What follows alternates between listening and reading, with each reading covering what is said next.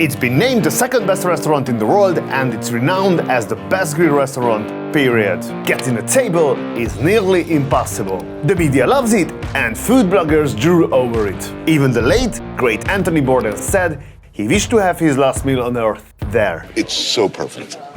Despite the hype, the humble chef has admitted he hates the press and would pay anything to be left alone.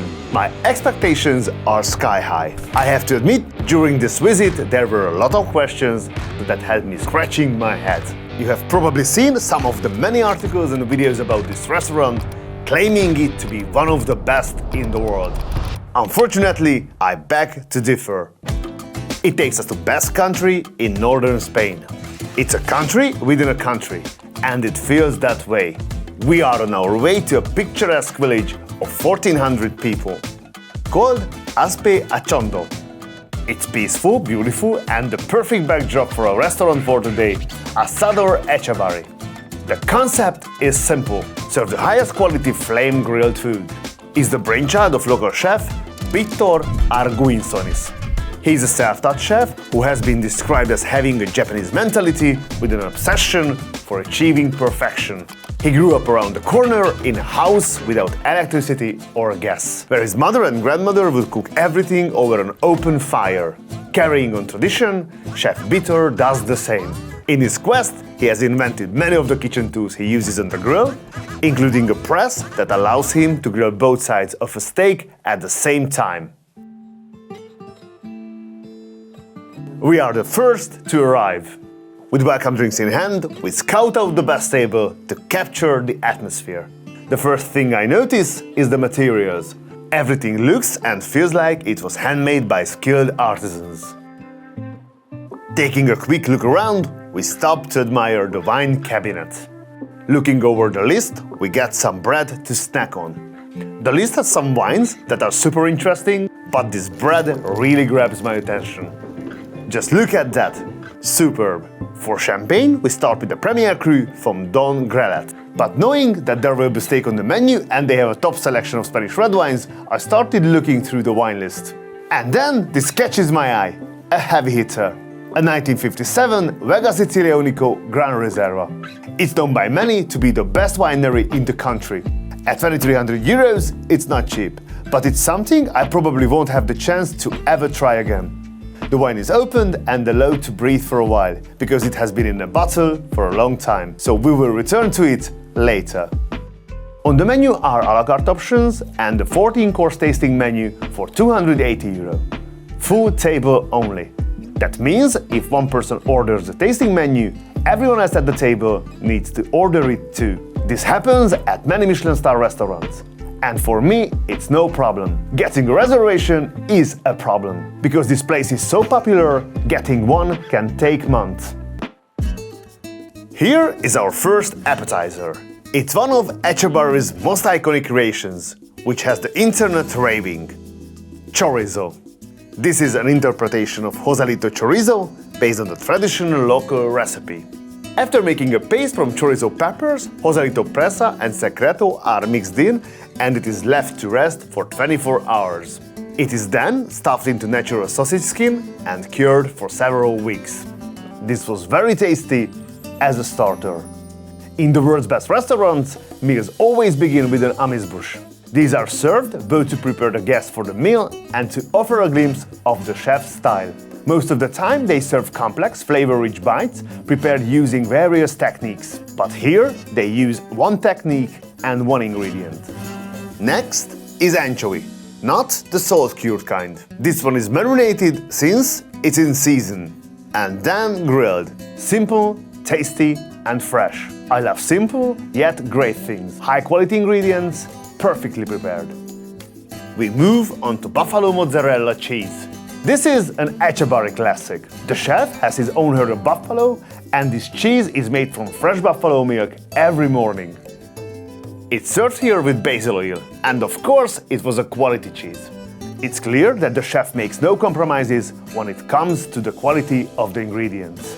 In an interview, Bittor mentioned that he doesn't cook for these awards, and all this attention gives him stress because people expect more from them every day. The wait is over, it's time to taste the red wine. By some sort of miracle, this wine is almost 70 years old, yet still young and fresh on the palate. I can see why Vega Sicilia has such a good reputation. I tell Mohamed the sommelier to definitely pour himself a glass of it as well. He is very grateful and wants to show us the next drinks as a gift. Here is the first one. Our next drink is a Spanish wine from producer Raúl Pérez. It's made with Albariño grapes that are common here in northern Spain. It's paired with our next course. Grilled white asparagus with spring mushrooms. Asparagus is a very important ingredient in this region.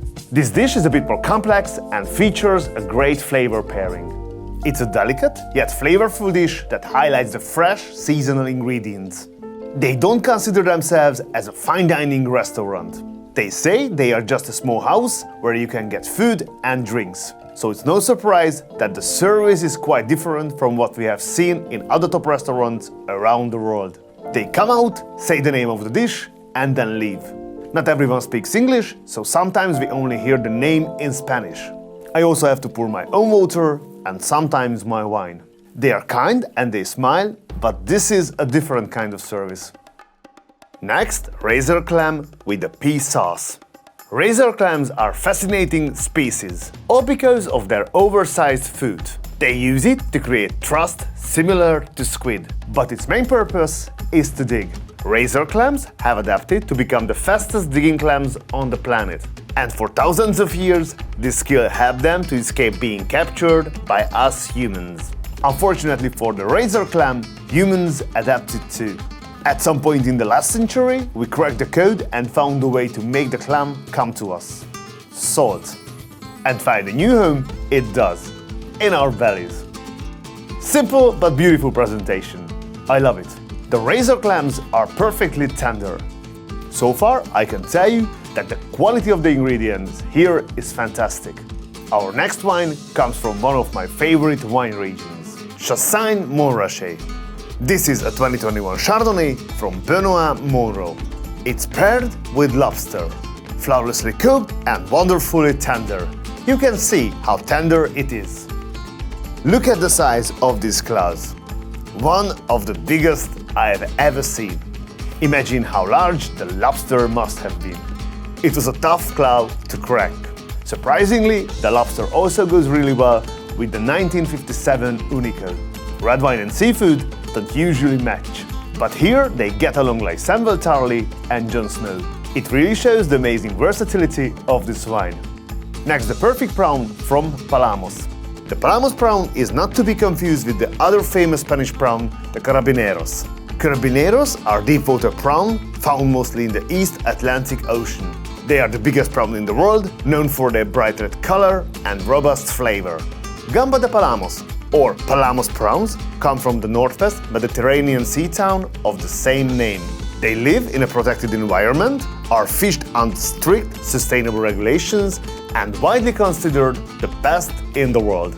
The next time your prawn is served with the head, you are in for a real treat. The head is actually full of gorgeous flavor, but there is a trick to getting at it. First, you need to hold the prawn firmly facing down. Then, twist of the body. The head acts like a cup and catches all the juices. This is the good stuff. All you need to do is suck it up, brains and all. In many cultures, it's considered the best part. This was high-quality prawn, perfectly cooked, and that's it. Next is baby octopus, artichoke and seaweed. The salty seafood goes well with the nutty artichoke. Here we have another delicacy from the sea, the sea urchin. Sea urchins are fascinating creatures as well. There are almost 1,000 species of them, and they come in all sorts of colors. And they are also one of the oldest species known to man. Their hard shell is covered with movable spines and they have 5 teeth that they use to scrape algae and other food from the rocks. Here we have it served in its shell. It is rich and creamy with both sweet and savory flavors. Next is another course with simple ingredients. This is egg with St. George mushrooms. The egg is slowly grilled to this consistency and the mushrooms are added. Incredibly simple, but delicious.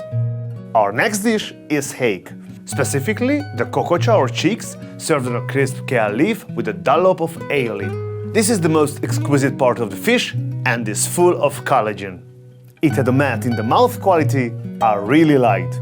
We received the next course, but the server didn't speak English, so they said in Spanish, "Guisantes la grima a la brasa." At first glance, it looks like a bowl of peas, but these are not just any peas. These are teardrop peas. They are grown in the north and can cost upwards of €200 per kilo. Also known as green caviar, they are one of the world's most time-sensitive vegetables. And they lose more than half their quality after only 2 days. That means transport from the orchard to the kitchen has to be done muy rapido. It's one of the reasons for the high price tag. These precious peas are grilled, of course, and served in their own juice.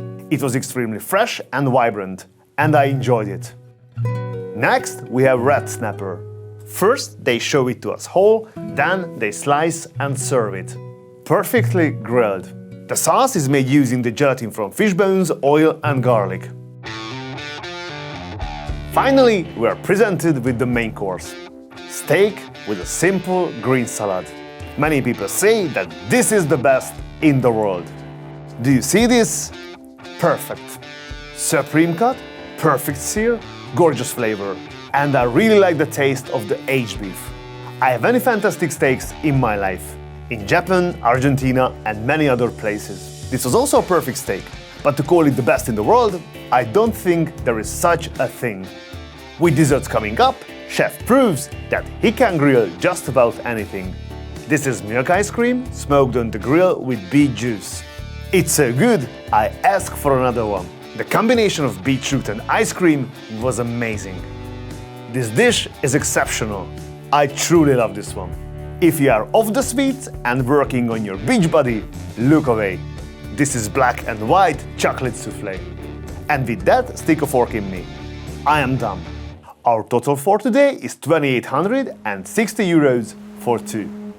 And now my final thoughts on Etxebarri. The story of this restaurant is very interesting.